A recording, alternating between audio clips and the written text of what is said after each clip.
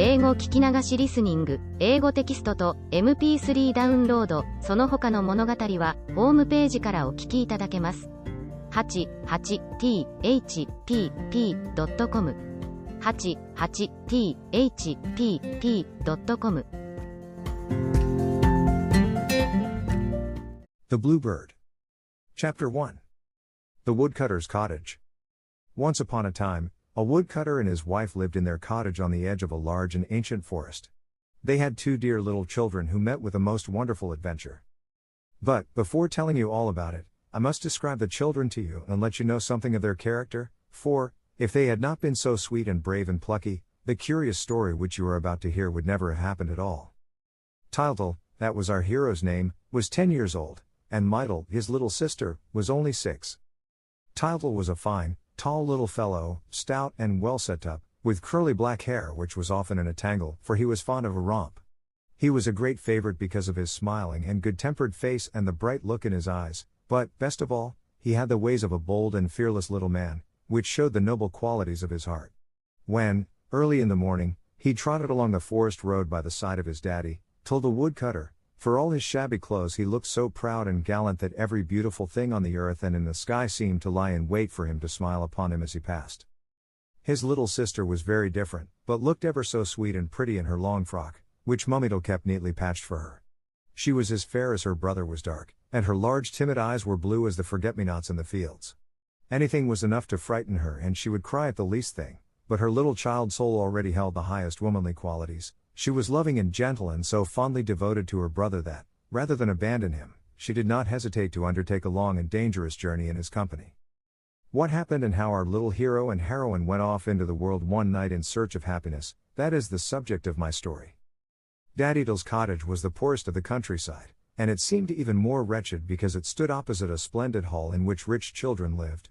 From the windows of the cottage you could see what went on inside the hall when the dining room and drawing rooms were lit up in the evening.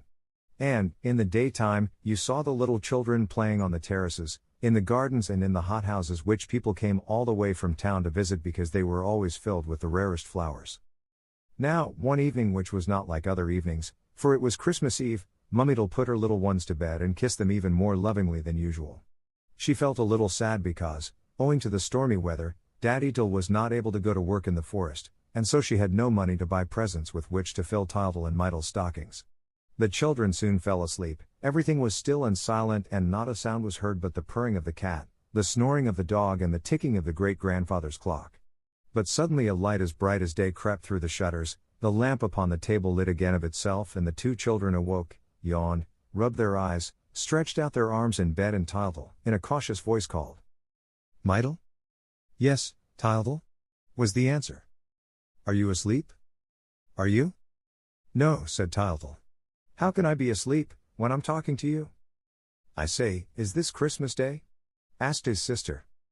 "Not yet, not till tomorrow. But Father Christmas won't bring us anything this year." "Why not?" "I heard Mummy say that she couldn't go to town to tell him. But he will come next year." "Is next year far off?" "A good long while," said the boy. "But he will come to the rich children tonight." "Really?" "Hello!" cried Tyltyl of a sudden. "Mummy's forgotten to put out the lamp. I've an idea." "What?" "Let's get up." "But we mustn't," said Mytyl, who always remembered. "Why, there's no one about. Do you see the shutters? Oh, how bright they are." "It's the lights of the party," said Tyltyl. "What party?" "The rich children opposite. It's the Christmas tree. Let's open the shutters." "Can we?" asked Mytyl, timidly. "Of course we can, there's no one to stop us. Do you hear the music? Let us get up." The 2 children jumped out of bed, ran to the window, climbed on the stool in front of it and threw back the shutters. A bright light filled the room, and the children looked out eagerly. "We can see everything," said Tyltyl. "I can't," said poor little Mytyl, who could hardly find room on the stool. "It's snowing," said Tyltyl. "There are 2 carriages, with 6 horses each." "There are 12 little boys getting out," said Mytyl, who was doing her best to peep out of the window. "Don't be silly. They're little girls. They've got knickerbockers on. Do be quiet. And look. What are those gold things there, hanging from the branches?" "Why, toys, to be sure," said Tyltyl. Swords, guns, soldiers, cannons. And what's that, all round the table? Cakes and fruit and cream tarts. Oh, how pretty the children are! Cried Mytyl, clapping her hands. And how they're laughing and laughing, answered Tyltyl. And the little ones dancing. Yes, yes, let's dance too, shouted Tyltyl. And the two children began to stamp their feet for joy on the stool. Oh, what fun, said Mytyl. They're getting the cakes, cried Tyltyl. They can touch them. They're eating, they're eating, they're eating. Oh, how lovely, how lovely. Mytyl began to count imaginary cakes. I have 12. And I 4 times 12, said Tyltyl. But I'll give you some. And our little friends, dancing, laughing and shrieking with delight, rejoiced so prettily in the other children's happiness that they forgot their own poverty and want. They were soon to have their reward. Suddenly, there came a loud knocking at the door. The startled children ceased their romp and dared not move a limb. Then the big wooden latch lifted of itself, with a loud creak, the door opened slowly, and in crept a little old woman, dressed all in green, with a red hood over her head. She was humpbacked and lame and had only one eye, her nose and chin almost touched, and she walked leaning on a stick. She was surely a fairy. She hobbled up to the children and asked, in a snuffling voice, "Have you the grass here that sings or the bird that is blue?" "We have some grass," replied Tyltyl, trembling all over his body, "but it can't sing." "Tyltyl has a bird," said Mytyl. "But I can't give it away, because it's mine," the little fellow added quickly. Now wasn't that a capital reason? The fairy put on her big, round glasses and looked at the bird. "He's not blue enough," she exclaimed. "I must absolutely have the blue bird. It's for my little girl, who is very ill. Do you know what the blue bird stands for?" "No? I thought you didn't, and, as you are good children, I will tell you." The fairy raised her crooked finger to her long, pointed nose, and whispered, in a mysterious tone, "The blue bird stands for happiness, and I want you to understand that my little girl must be happy in order to get well. That is why I now command you to go out into the world and find the blue bird for her. You will have to start at once. Do you know who I am?" The children exchanged puzzled glances. The fact was that they had never seen a fairy before, and they felt a little scared in her presence. However, Tyltyl soon said politely, "You are rather like our neighbor, Madame Berlingot." She herself helped Mytyl. Tyltyl thought that, in saying this, he was paying the fairy a compliment, for Madame Berlingot's shop, which was next door to their cottage, was a very pleasant place. It was stocked with sweets, marbles, chocolate cigars, and sugar dolls and hens, and, at fair time, there were big gingerbread dolls covered all over with gilt paper. Goody Berlingot had a nose that was quite as ugly as the fairy's. She was old also, and, like the fairy, she walked doubled up in two, but she was very kind and she had a dear little girl who used to play on Sundays with the woodcutter's children. Unfortunately, the poor little pretty, fair-haired thing was always suffering from some unknown complaint, which often kept her in bed. When this happened, she used to beg and pray for Tyltyl's dove to play with, but Tyltyl was so fond of the bird that he would not give it to her. All this, thought the little boy, was very like that which the fairy told him, and that was why he called her Berlingot. Much to his surprise, the fairy turned crimson with rage. It was a hobby of hers to be like nobody, because she was a fairy and able to change her appearance, from one moment to the next, as she pleased. That evening, she happened to be ugly and old and humpbacked. She had lost one of her eyes, and 2 lean wisps of grey hair hung over her shoulders. "What do I look like?" she asked Tyltyl. "Am I pretty or ugly? Old or young?" Her reason for asking these questions was to try the kindness of the little boy. He turned away his head and dared not say what he thought of her looks. Then she cried, "I am the fairy Berloon." "Oh, that's all right," answered Tyltyl, who, by this time, was shaking in every limb. This satisfied the fairy, and, as the children were still in their nightshirts, she told them to get dressed. She herself helped Mytyl and, while she did so, asked, "Where are your father and mother?" "In there," said Tyltyl, pointing to the door on the right. "They're asleep." "And your granddad and granny?" "They're dead." "And your little brothers and sisters?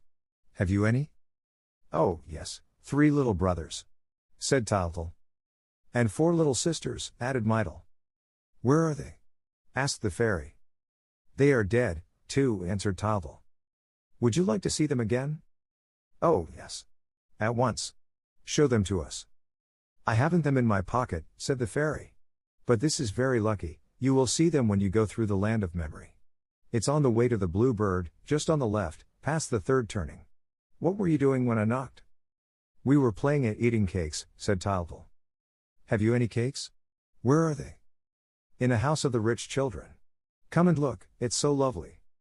And Tyltyl dragged the fairy to the window. But it's the others who are eating them, said she. Yes, but we can see them eat, said Tyltyl. Aren't you cross with them? What for? For eating all the cakes.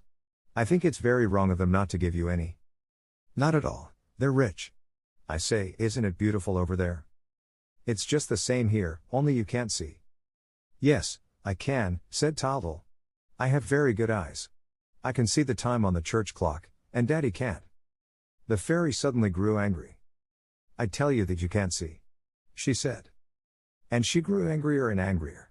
As though it mattered about seeing the time on the church clock. Of course, the little boy was not blind, but, as he was kind-hearted and deserved to be happy, she wanted to teach him to see what is good and beautiful in all things. It was not an easy task, for she well knew that most people live and die without enjoying the happiness that lies all around them.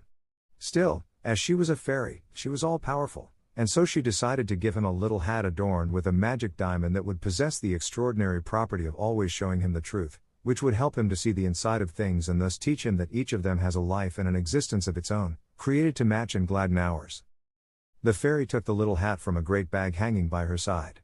It was green and had a white cockade, with the big diamond shining in the middle of it. Tyltyl was beside himself with delight. The fairy explained to him how the diamond worked. By pressing the top, you saw the soul of things. If you gave it a little turn to the right, you discovered the past, and, when you turned it to the left, you beheld the future. Tyltyl beamed all over his face and danced for joy, and then he at once became afraid of losing the little hat. Daddy will take it from me, he cried. No, said the fairy, for no one can see it as long as it's on your head. Will you try it? Yes, yes, cried the children, clapping their hands. The hat was no sooner on the little boy's head than a magic change came over everything. The old fairy turned into a young and beautiful princess, dressed all in silk and covered with sparkling jewels. The walls of the cottage became transparent and gleamed like precious stones, the humble deal furniture shone like marble. The two children ran from right to left clapping their hands and shouting with delight.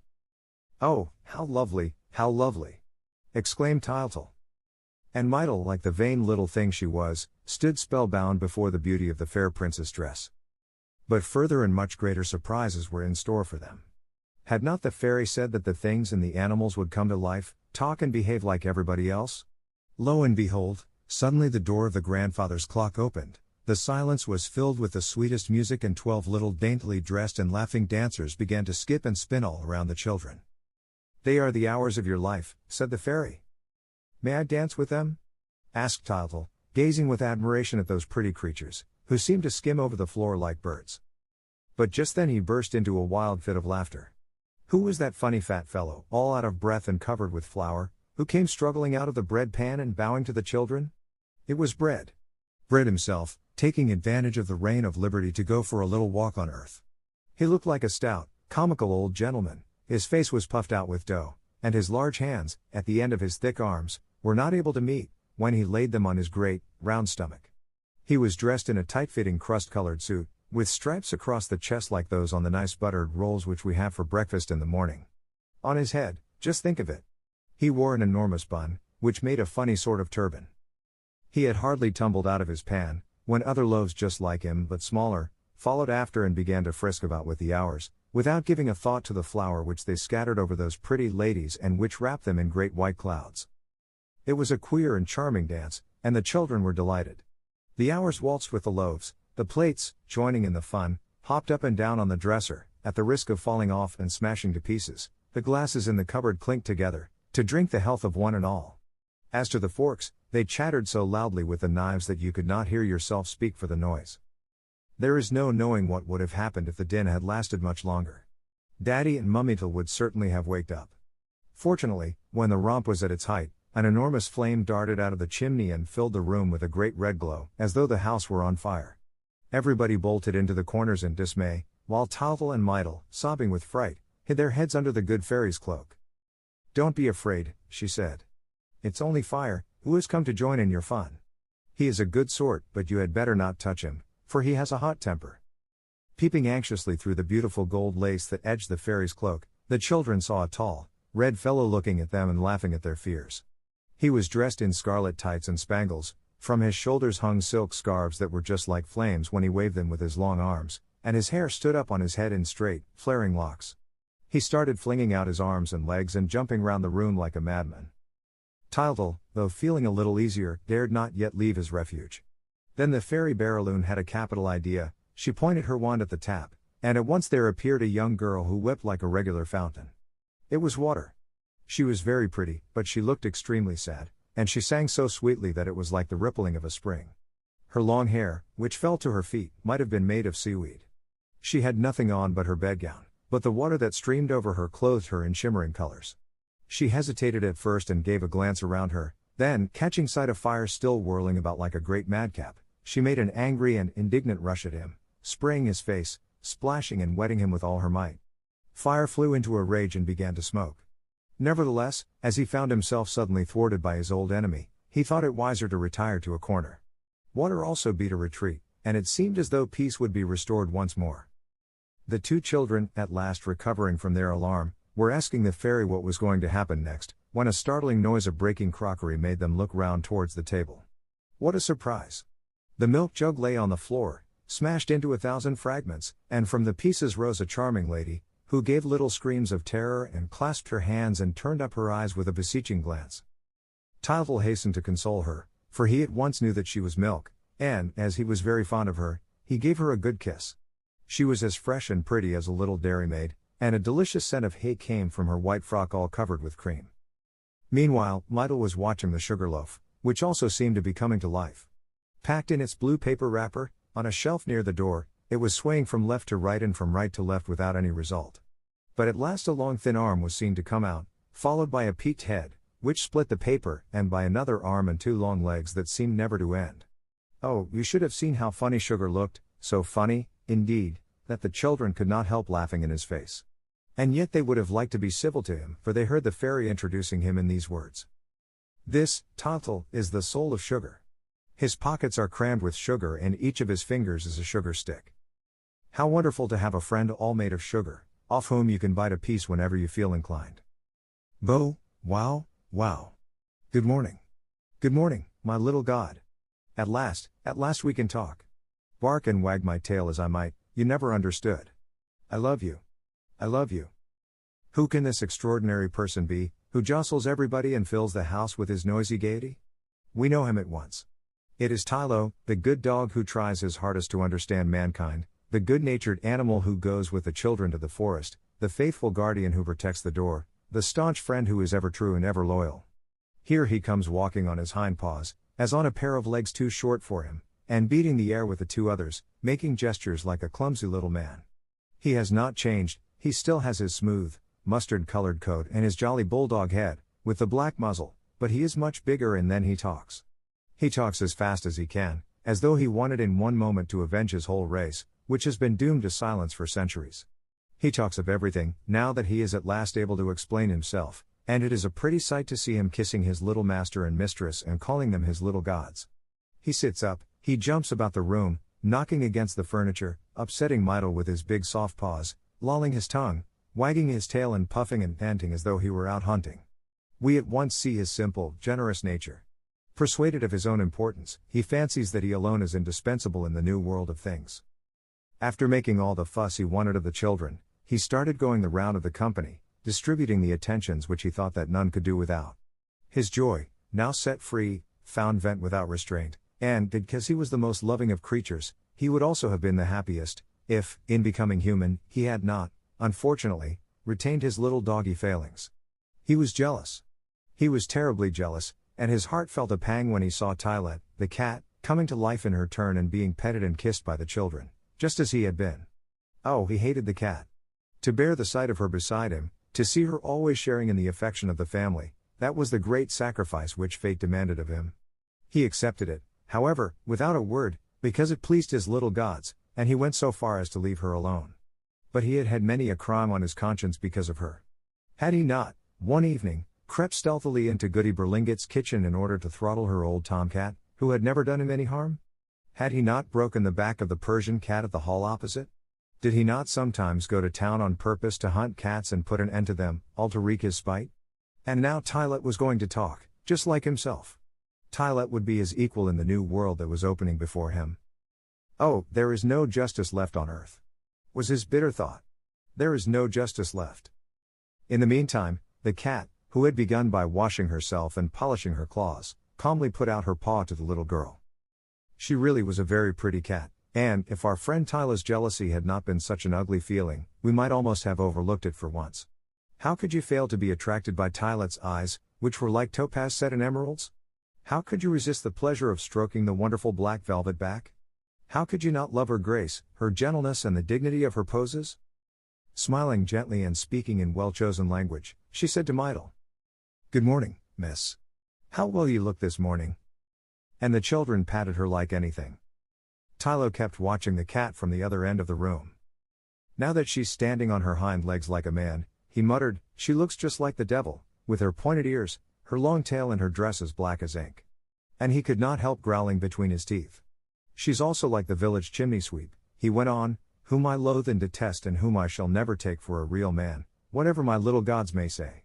It's lucky," he added, with a sigh, "that I know more about a good many things than they do." But suddenly, no longer able to master himself, he flew at the cat and shouted, with a loud laugh that was more like a roar, "I'm going to frighten Tylette. Bo, wow, wow." But the cat, who was dignified even when still an animal, now thought herself called to the loftiest destinies. She considered that the time had come to raise a tall barrier between herself and the dog, who had never been more than an ill-bred person in her eyes, and, stepping back in disdain, she just said, "Sir, I don't know you." Tylo gave a bound under the insult, whereupon the cat bristled up, twisting her whiskers under her little pink nose, for she was very proud of those two pale blotches which gave a special touch to her dark beauty, and then, arching her back and sticking up her tail, she hissed out, "FFT! FFT!" and stood stock still on the chest of drawers, like a dragon on the lid of a Chinese vase. Tyltle and Mydle screamed with laughter, but the quarrel would certainly have had a bad ending if, at that moment, a great thing had not happened. At 11 o'clock in the evening, in the middle of that winter's night, a great light, the light of the noonday sun glowing and dazzling, burst into the cottage. "Hello, there's daylight," said the little boy, who no longer knew what to make of things. "What will Daddy say?" But, before the fairy had time to set him right, Tyltle understood, and, full of wonderment, he knelt before the latest vision that bewitched his eyes. At the window, in the center of a great halo of sunshine, there rose slowly, like a tall golden sheaf, a maiden of surpassing loveliness. Gleaming veils covered her figure without hiding its beauty, her bare arms, stretched in the attitude of giving, seemed transparent, and her great clear eyes wrapped all upon whom they fell in a fond embrace. "It's the Queen," said Tyltle. "It's a fairy princess," cried Mydle, kneeling beside her brother. "No, my children," said the fairy. "It is Light." Smiling, Light stepped towards the two little ones. She, the light of heaven, the strength and beauty of the earth, was proud of the humble mission entrusted to her. She, never before held captive, living in space and bestowing her bounty upon all alike, consented to be confined, for a brief spell, within a human shape, so as to lead the children out into the world and teach them to know that other light, the light of the mind, which we never see, but which helps us to see all things that are. "It is Light!" exclaimed the things and the animals, and, as they all loved her, they began to dance around her with cries of pleasure. Tyltle and Mydle capered with joy. Never had they pictured so amusing and so pretty a party, and they shouted louder than all the rest. Then what was bound to happen came. Suddenly, 3 knocks were heard against the wall, loud enough to throw the house down. It was Daddy Tyl, who had been waked up by the din and who was now threatening to come and put a stop to it. "Turn the diamond!" cried the fairy to Tyltle. Our hero hastened to obey, but he had not the knack of it yet. Besides, his hand shook at the thought that his father was coming. In fact, he was so awkward that he nearly broke the works. "Not so quick, not so quick," said the fairy. "Oh dear, you've turned it too briskly, they will not have time to resume their places and we shall have a lot of bother." There was a general stampede. The walls of the cottage lost their splendor. All ran hither and thither, to return to their proper shape. Fire could not find his chimney, Water ran about looking for her tap, Sugar stood moaning in front of his torn wrapper, and Bread, the biggest of the loaves, was unable to squeeze into his pan, in which the other loaves had jumped higgledy-piggledy, taking up all the room. As for the dog, he had grown too large for the hole in his kennel, and the cat also could not get into her basket. The hours alone, who were accustomed always to run faster than man wished, had slipped back into the clock without delay. Light stood motionless and unruffled, vainly setting an example of calmness to the others, who were all weeping and wailing around the fairy. "What is going to happen?" they asked. "Is there any danger?" "Well," said the fairy, "I am bound to tell you the truth. All those who accompany the two children will die at the end of the journey." They began to cry like anything, all except the dog, who was delighted at remaining human as long as possible and who had already taken his stand next to Light, so as to be sure of going in front of his little master and mistress. At that moment, there came a knocking even more dreadful than before. "There's Daddy again," said Tiltle. "He's getting up, this time, I can hear him walking." "You see," said the fairy, "you have no choice now, it is too late, you must all start with us. But you, Fire, don't come near anybody. You, Dog, don't tease the cat. You, Water, try not to run all over the place. And you, Sugar, stop crying, unless you want to melt. Bread shall carry the cage in which to put the bluebird, and you shall all come to my house, where I will dress the animals and the things properly. Let us go out this way." As she spoke, she pointed her wand at the window, which lengthened magically downwards, like a door. They all went out on tiptoe, after which the window resumed its usual shape. And so it came about that, on Christmas night, in the clear light of the moon, while the bells rang out lustily, proclaiming the birth of Jesus, Tiltle and Mydle went in search of the bluebird that was to bring them happiness. Chapter 2. At the fairies. The fairy Barraloon's palace stood at the top of a very high mountain, on the way to the moon.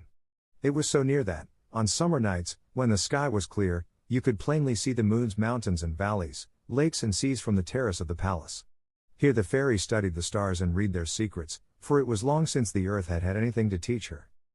"This old planet no longer interests me," she used to say to her friends, the giants of the mountain. "The men upon it still live with their eyes shut. Poor things, I pity them. I go down among them now and then, but it is out of charity, to try and save the little children from the fatal misfortune that awaits them in the darkness."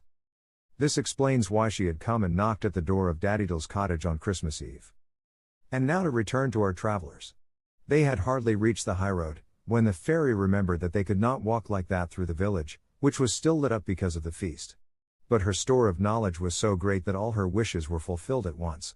She pressed lightly on Tiltle's head and willed that they should all be carried by magic to her palace.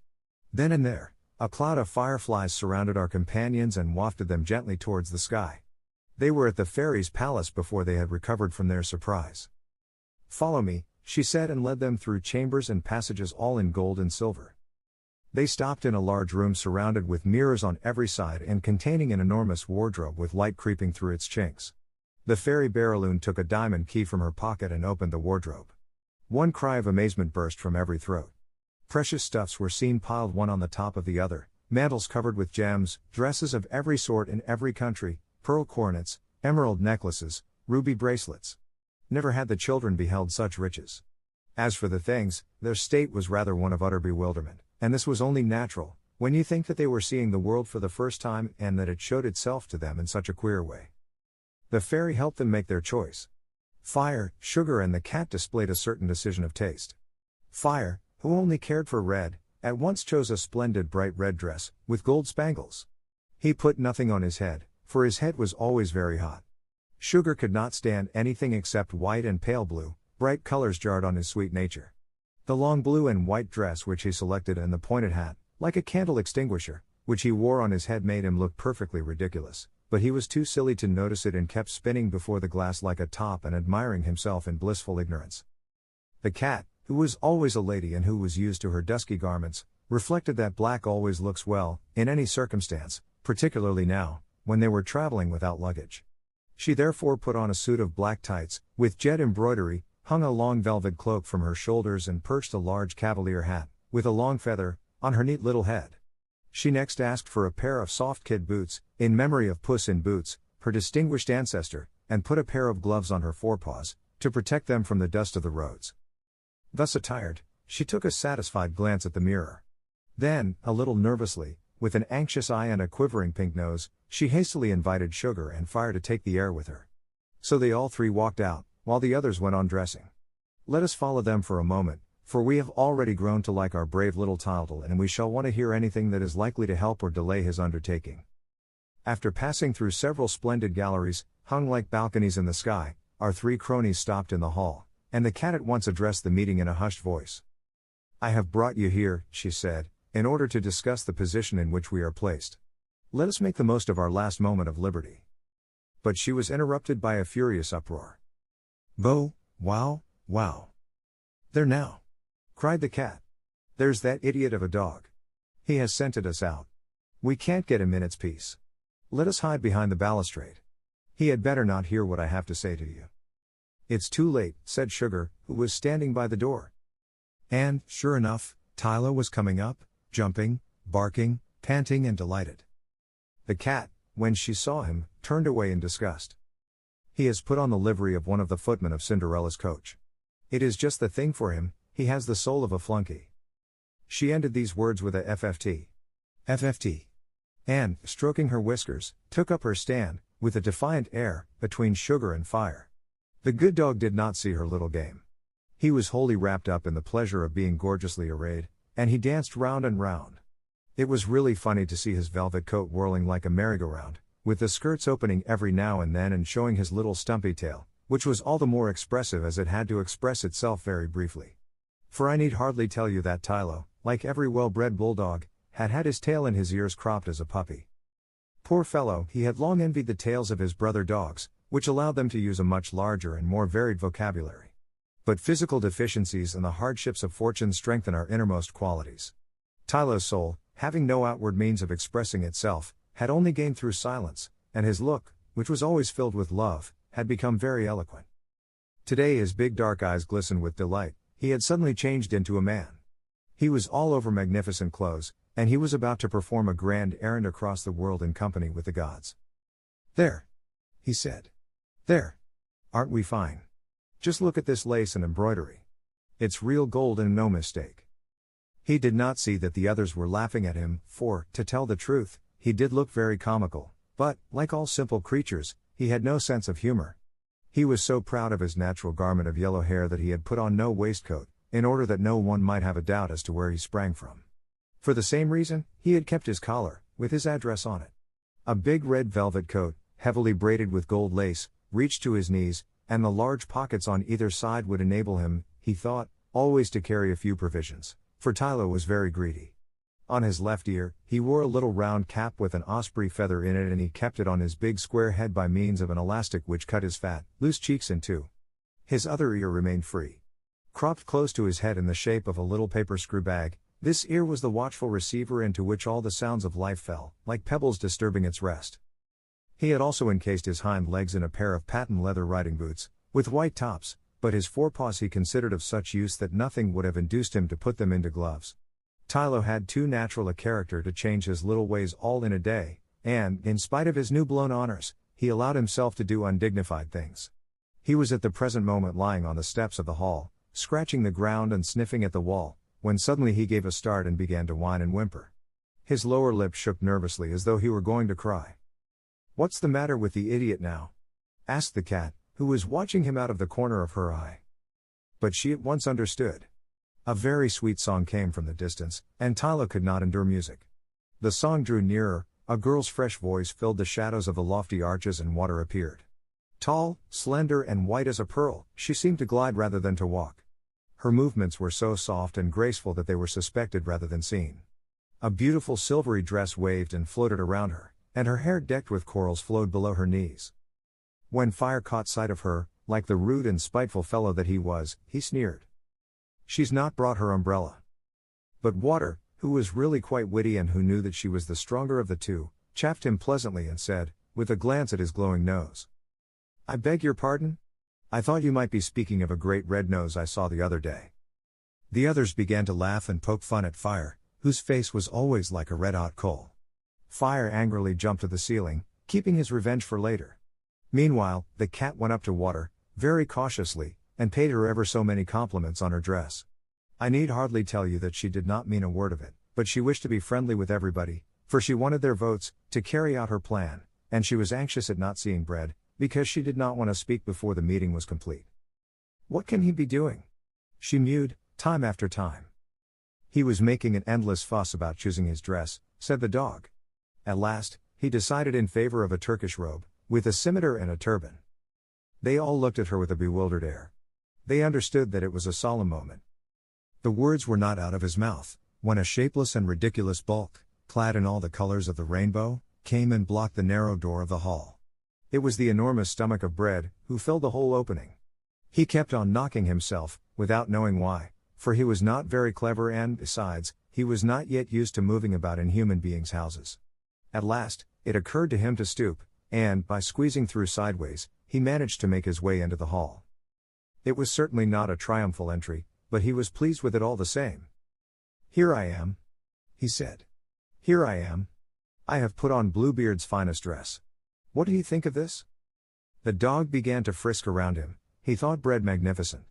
That yellow velvet costume, covered all over with silver crescents, reminded Tylo of the delicious horseshoe rolls which he loved, and the huge, gaudy turban on Bread's head was really very like a fairy bun. "How nice he looks!"